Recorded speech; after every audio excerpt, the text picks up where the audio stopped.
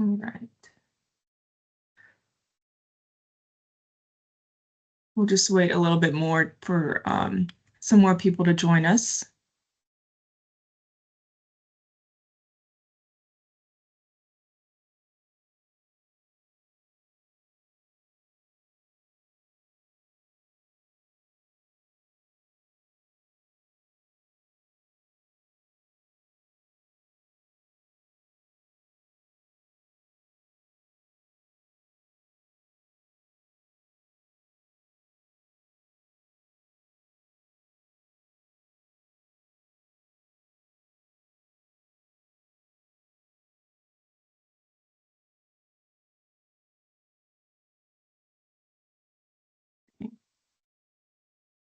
We'll give it like 2 more minutes. Hopefully people don't have issues with the link.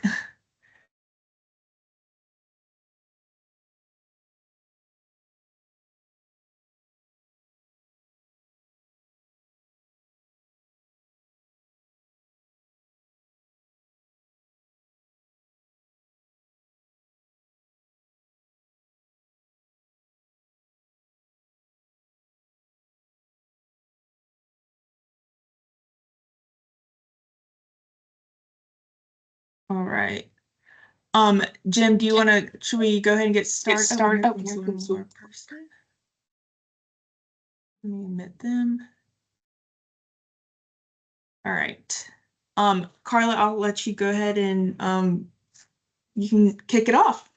All right. Good morning, everybody. Thank you so much for joining us today. I'm Carla Whitlock, Director of Member Relations and Engagement with SCbio. And we are happy that you have joined today. I see that we have a couple of our member companies that have joined. And I am looking forward to sharing some information about SCbio. And there are a couple people that I wanted to thank first. First of all, to Elizabeth Patterson, who is our events coordinator, and Paige Durham, our communications coordinator, for putting this webinar together. Our group health insurance plan is one of our important benefits that we've recently added in the last few years for our members to utilize. And we're happy for and appreciative of the partnership that we do have with Jim Shue and Marsh McLennan. But thank you all for joining us. And as we go through the presentation, I did want to remind you that this presentation is being recorded so that we can pass this information along to others who may be interested. But before we get started, I wanted to just give you some basic information about SCbio and our mission and what we do.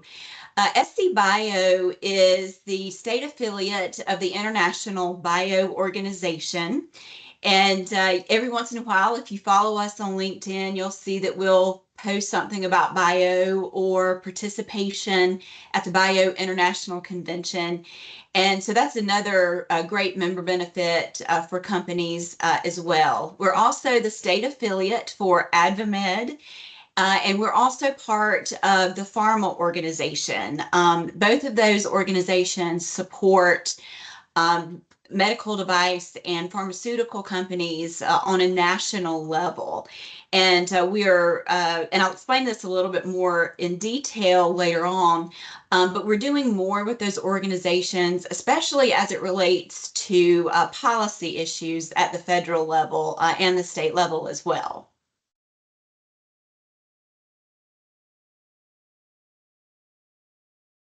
So SCbio serves as the state's only organization dedicated to the extension of the life sciences industry in South Carolina. And our goal is to make South Carolina the best place in the world to do science. And we're excited that one of our pillars of focus is helping some of our smaller and emerging companies to be successful here across the state. And I'll, again, be explaining a little bit more about that at the end of the webinar. At this time, I'd like to introduce Mr. Jim Shue, who is Vice President of Employee Health and Benefits with Marsh McLennan. Marsh McLennan administers our group health insurance plan to our member companies. And also, I did want to remind the group that this particular plan is also the one that we as SCbio employees are on. And I will say I've been on a couple other BlueCross plans throughout my career, and this is a good one. So Jim, I'll turn it over to you at this time to explain a little bit about your role and our group health plan. Great. Thank you, Carla, and thanks everyone for joining this morning. We're going to take maybe 25 minutes or so here just to talk about the value that SCbio is bringing to smaller employer members through the Association Health Plan. And as Carla mentioned, I just wanted to kind of reiterate that all of the plans that we'll review, they are underwritten and insured by BlueCross and BlueShield of South Carolina. So really a strong, trusted partner that you're working with when you're part of the SCbio Association Health Plan. And maybe to get us started, let's talk just a little bit about the current landscape for small employers that want to offer health insurance to their employees. Especially, we'll try to focus on the broad industry and then kind of bring that back to life science employers, where I think there are some unique challenges, but also opportunities that we'll discuss. First, I've got a couple of slides here that are from McKinsey, and then a couple more that our research group at Marsh put together. But these provide, I think, some good highlights for what we're facing right now. So most, I think, small employers, if you haven't already experienced it, you likely are going to experience some challenges with the cost of providing health insurance to your employees. Possibly at your next renewal, if you've been fortunate to avoid that up until this point. This just gives a little bit of basic information on just CPI. So we know that the Consumer Price Index for medical care, it generally exceeds the Consumer Price Index for all goods and services. And when we had the period of quick inflation, I guess we'll call it, from 2021 through 2023, all goods and services actually began to outpace medical. But you can see in the oval that's sort of highlighted on the top line, as general inflation has started to calm in 2024 and 2025, we've seen a continued acceleration of cost on the medical side. And that's part of the overall story. We'll flip to the next slide, where we also see a big challenge for smaller organizations is the cost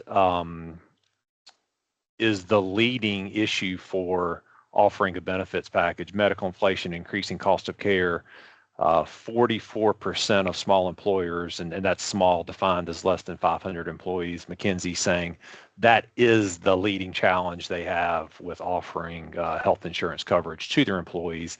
And then this same group of small employers, 35% of them have a flat or decreasing budget to provide health insurance benefits. So you start putting together those two issues, and it really leads to a need for a new and a novel solution. And we'll get into that in just a sec. Let me also add a couple of data points from Marsh McLennan specifically that I wanted to outline on the next slide. The increasing cost of labor that health systems are dealing with is also real. That's being passed on to employers through the cost and reimbursements that health systems are receiving. That's driven by a couple of things. This slide sort of talks about just the cost, the administrative burden that health systems and hospitals have to deal with. But then in addition to that, just the overall cost of labor. There has been a real exodus of health system employees from the market after COVID. And so that's really pushed up the cost of care as well, that health systems, and again, that's being passed through to employers. We're starting to see that also in real data that you can see sort of on the next slide. This is from our annual survey of employer-sponsored health plans, and this looks at the increased cost that employers are paying for care after any plan design changes. And so you can see that that number is expected to be for calendar year 2025, 5.8%. Again, that's after plan design changes. So, employers generally reduce benefits slightly or increase the cost to employees for coverage to bring that number down. And then that number goes up to 9% for smaller employers that are less than 500 employees. So just really seeing some significant challenges with costs that smaller employers in particular are facing.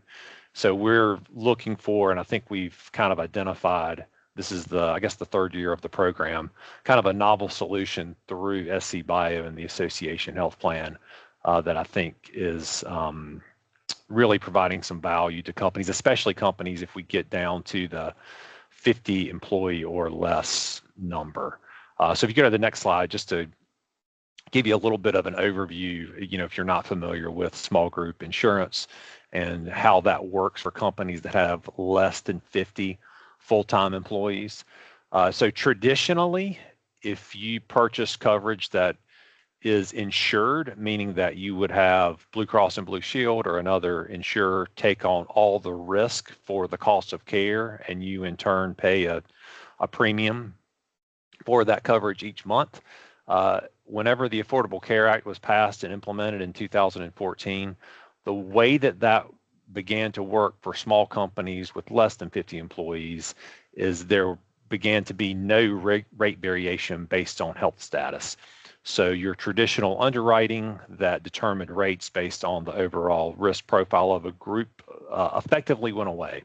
Had some good outcomes in that people that, in small groups, I should say, that previously had difficulty actually even receiving a proposal. Now they're guarantee issued. They have to receive a proposal from insurers. But the negative side of that is groups that had really high risk, older groups that had a really high cost of care, these new plans that had no rate variation based on health status were attractive to higher cost groups. So we've seen that over time that risk pool continues to decline. And so small groups that have insured coverage, their rates, which only vary based on location and age, that cost continues to just go up. And we actually have a study just to sort of show this in a graphical depiction on the next slide. You can see this blue line shows how pricing under these ACA small group plans work. So rates vary based on age, and there's a 3-to-1 rate relationship between the most expensive rate for an employee who's 64 years of age versus the least expensive for an employee who's 21 years of age. The actual risk associated with those age groups is probably closer to 5 or 6-to-1. And because the groups are not underwritten, best estimates are that a small group that has benefits under that insured risk plan, they on average have rates that are 18% higher than an underwritten large group for the same benefits. So what you can see in these two circles, what that's showing is, so if you have an average age of 40, 41 years of age, that's the increased cost you're paying, the difference between that yellow line and that blue line for coverage, because you're purchasing insured coverage in the small group market, with these plans. So what have employers done? In general, they've sort of gone to two different strategies that are shown on this line. Most companies don't have access to an association health plan. So a lot of smaller companies are in what are called preferred employer organizations, or PEOs. This is a co-employment relationship. Typically, the groups that are in a PEO are going to be a mixed industry, so we don't think the risk pool there is as valuable, and because of that, rate increases that occur within a PEO for a particular employer can often be excessive based on experience. And then there's just a really high administrative cost for being part of a PEO. That fee, they obviously provide a lot of services, but typically it's in the $150 to $200 per employee per month range, which really makes that specifically expensive. The other option is what's called a level funded health plan that a lot of employers have moved to. This is technically a self-insured plan, meaning it's not subject to the regulations of a state Department of Insurance and doesn't have to follow those Affordable Care Act guidelines that I mentioned on the prior two slides. And so because of that, there is an ability to have a small group underwritten plan when you're level funded. So often that makes a lot of sense. I guess caution though that I like to point out with these level funded health plans is they are self-insured, so they're not guaranteed renewable. So if you have poor experience, a level funded carrier doesn't have to offer you a renewal. They can non-renew your coverage. And then also the specific and aggregate stop loss insurance protection that underlie these level funded health plans, they don't always offer full protection against large claims, particularly if you have a large claim that is paid or adjusted after several months from when it was initially incurred, which often happens. In those situations, the liability for that large claim can fall back on the employer under the level funded plans. So as we'll talk about in just a second, the association health plan tries to specifically address that by having an insured plan that has full protection, but still provides the value of underwriting and rates that are based on, the risk profile of a group in an industry. One other thing that I'll mention, just specific to life science, not just small employers, if we'll move forward to the next slide. With the life science industry, there's an expectation and, I would almost say maybe a requirement to have benefit-rich plans. So the information that's shown on the screen now is from a Marsh McLennan agency life science total reward survey in 2024. So a survey we completed last year with life science industry employers. Many of these are in that small group market. You can see in the Southeast, the median number of employees that participated in the survey was actually just 4. So some smaller employers that are part of the survey.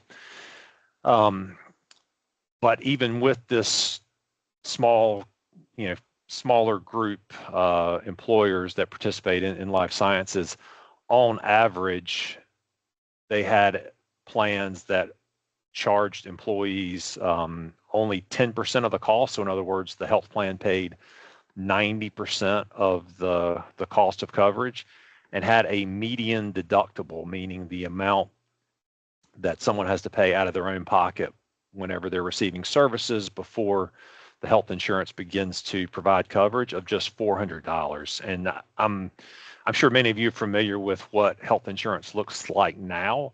And typically plans that you can buy as a small group employer are not this rich. You don't even have the ability to buy a plan that's going to have a deductible that's close to $400, and you don't have the ability to, offer affordable coverage anyway that has rich plan designs that cover the majority of the cost and allow the employee to have minimal out-of-pocket expense. So we have also addressed this with the association health plan, allowing plan options that have copays that are low cost, deductibles down to $500. So really allowing life science employers to not only have lower cost benefits, but also attractive benefits that can compete with large employers with whom you're going to be competing for talent. All right, so with that background, let's talk kind of specifically about the association health plan that we've developed in partnership with SCbio, and that's insured by BlueCross and BlueShield of South Carolina. If you'll go to the next slide, and you can just show all the bullets is great. So the way that this plan is structured, member employers are able to be pulled together as part of a multi-employer plan, so that the association health plan is actually treated like a single employer for underwriting purposes. So every year, all of the employer members of the association health plan are part of an overall renewal that is completed for a January 1st effective date, although companies can join, at any point, but their renewal date's going to be January 1st. Groups that are part of the association health plan, though, are individually underwritten based on their risk profile. So rates, if you are a group that has a really low risk, maybe a younger population, you're going to have lower rates than other employers who are in the group that may be higher risk and have an older population and potentially, higher cost health conditions. So overall group underwritten every year, but you individually have rates that are specific to your company. And also, we're limiting this risk pool to just life science industry employers, which makes a big difference. The life science industry has an excellent risk profile, highly educated employees, generally more highly compensated employees. So relative to other industries, BlueCross likes this risk profile, and we've seen it in our past 2 overall renewals. The overall SCbio industry employer group has had a flat renewal for the past 2 years. I probably don't want to jinx it by saying that, but probably good information to have that we've been able to keep the overall risk pool flat for 2 consecutive years now. And then also, as a large employer plan, there's also a medical loss ratio requirement that applies. So that's just more for your own peace of mind as an employer member. That BlueCross, as a requirement, has to pay out 85% of total premiums that their book of business takes in as claims. So again, just another way to show some of the financial value that the plan offers.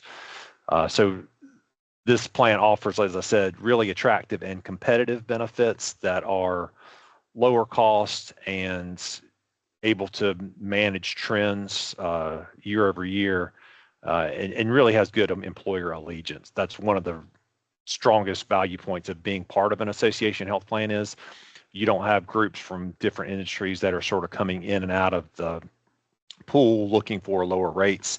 People that are committed to being part of SCbio because they're in the life science industry, they're staying in SCbio, and that's really allowing us to have low renewal cost trends over time, so that you're not only going in with lower cost plans with competitive benefits, but also your renewal increases year to year are very manageable. From an administrative point of view, that's on the next slide.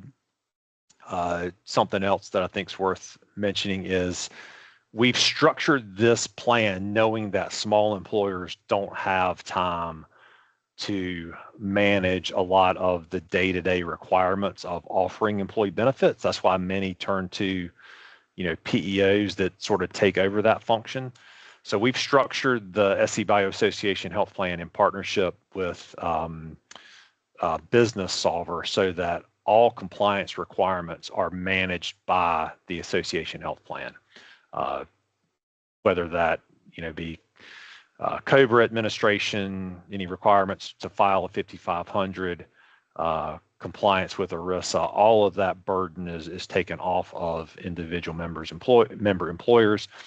We also have billing and eligibility management. That's a turnkey solution. There's not multiple requirements to key information in multiple places. We essentially take your enrollment information, share that with Business Solver, and they manage eligibility and then also manage a single employer consolidated bill for medical, dental, vision benefits that you would have through the association health plan. And then also I'll note that the plan is only available to SCbio members. And so then maybe last thing, just to give you a little bit of background of, why is this possible? How is this, yeah, and we can go to the next slide. How is this possible? Why does it work so well? So the Department of Labor has specific requirements for establishing an association health plan. So SCbio went through the work to do this. And so by doing that, it really enables this additional member benefit. So within the association health plan, the DOL requires that there needs to be a commonality of interest among the employers. And so we do that based on the SIC code of the life science employers that are part of SCbio that participate in it. The association also has to be in existence before you can establish an association health plan. SCbio obviously met that. We also have governance with a special board of directors that are also SCbio members that oversee the association health plan. And then by following those pieces, we're able to have separate experience rated member employers and different plan design options that member employers can offer to their employees. So we get this, what I'll call large group benefits and large group underwriting because we've taken the time to meet the Department of Labor requirements to offer this association health plan. So it's something that can't easily be replicated and really gives a lot of value to the members of SCbio. So maybe a couple more things that I'll just point out just with respect to offering a proposal. If you as an employer were interested in potentially joining the association health plan, if we go on to the next slide, the process is really simple. So we have a general employer questionnaire.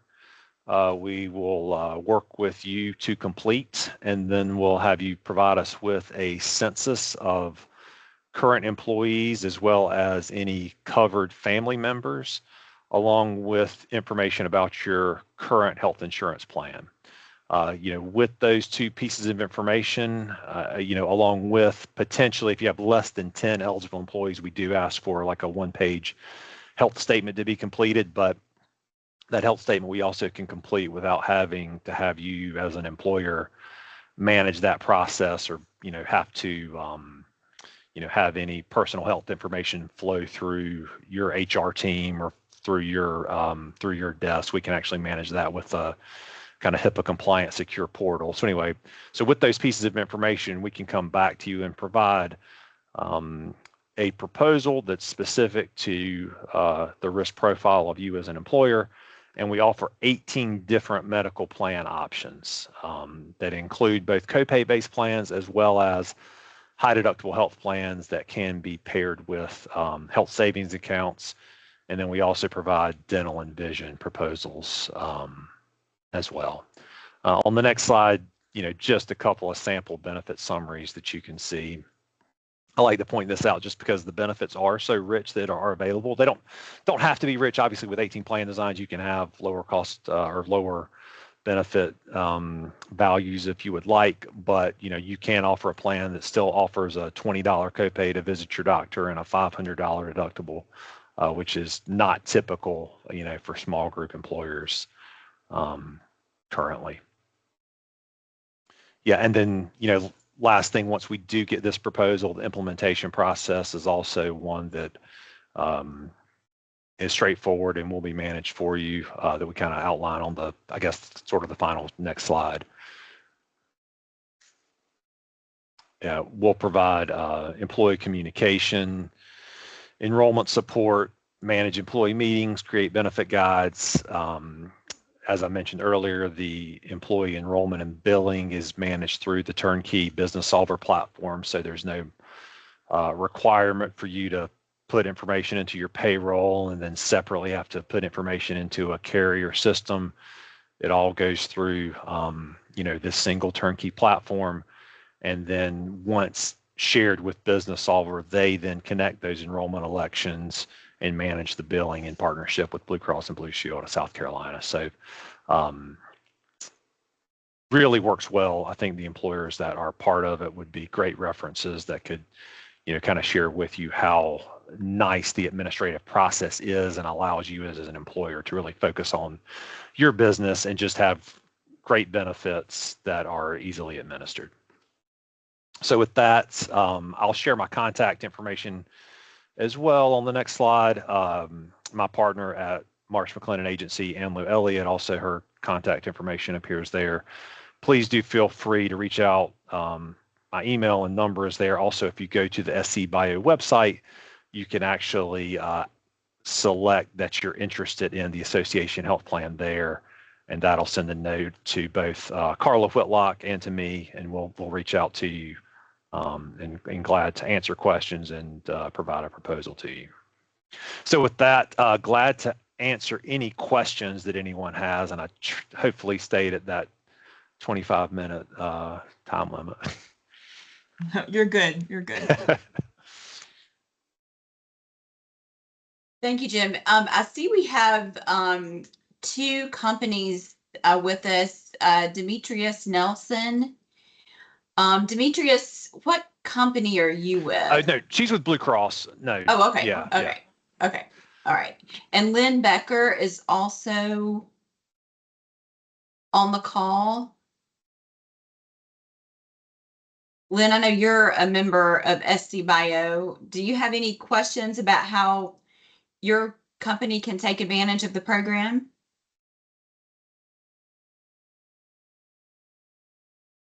And Lynn, feel free to insert any questions in the chat. No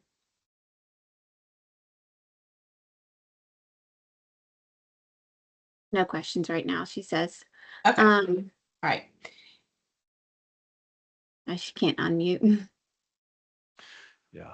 Hey, and I'll just add maybe to, one other comment. I can going through this, it's probably a lot of detail, but on average, we've seen typically companies that are under 50 employees when they make the transition to the Association Health Plan. This isn't always the case, but typically 15 to 20% cost reduction that they'll see by making the move, especially if they're coming out of coverage through an entity other than Blue Cross and Blue Shield.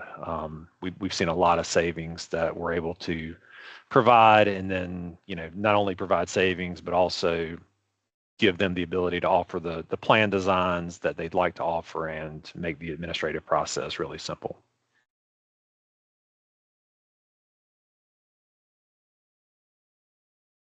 I will say, as an SCbio employee, being on this plan has helped me also tremendously with cost savings comparatively to the past plans I have been on. So I highly recommend, even if you're interested in just receiving a free quote, I can put in the chat the link to do so, and you can contact Jim and Carla directly. Awesome. Thanks, Paige. All right. Well, I think if there's no questions, then we will, Carla, I'll let you kind of jump back in Sure. to continue on SCbio. Sure, just really quickly, Lynn, I know you and I have talked before, and Elizabeth, can you?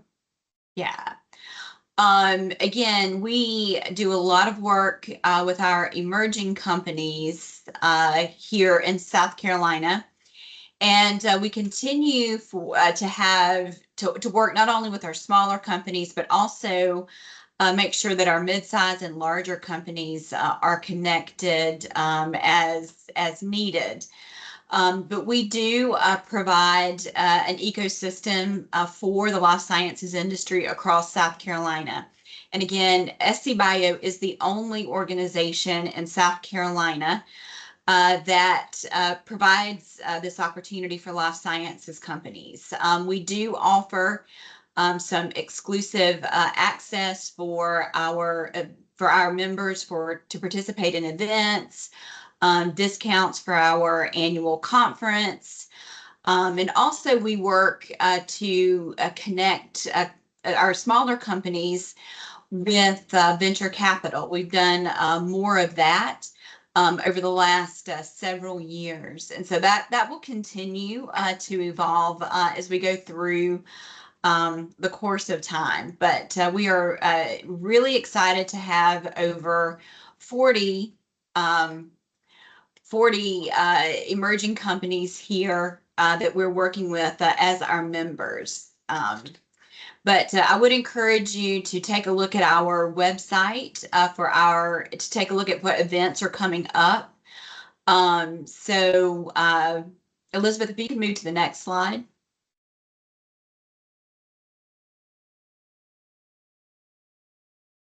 I mentioned earlier, we are doing more in the advocacy space, working with our two now contract lobbyists because our member companies were starting to face some questions about legislation at both the federal and state level that directly impacts their businesses. And we'll continue to do that.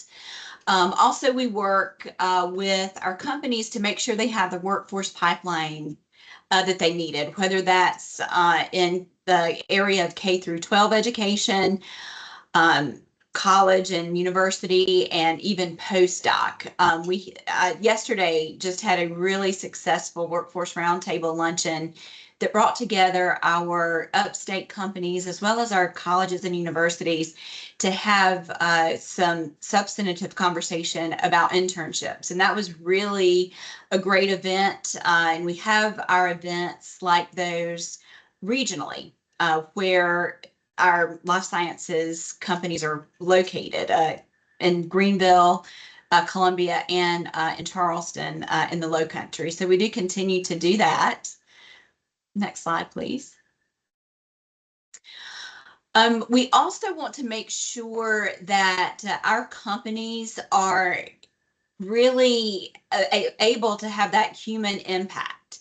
One of the things that we are working on is our patient outcomes and how our members can affect patient outcomes for people here in South Carolina and across the world.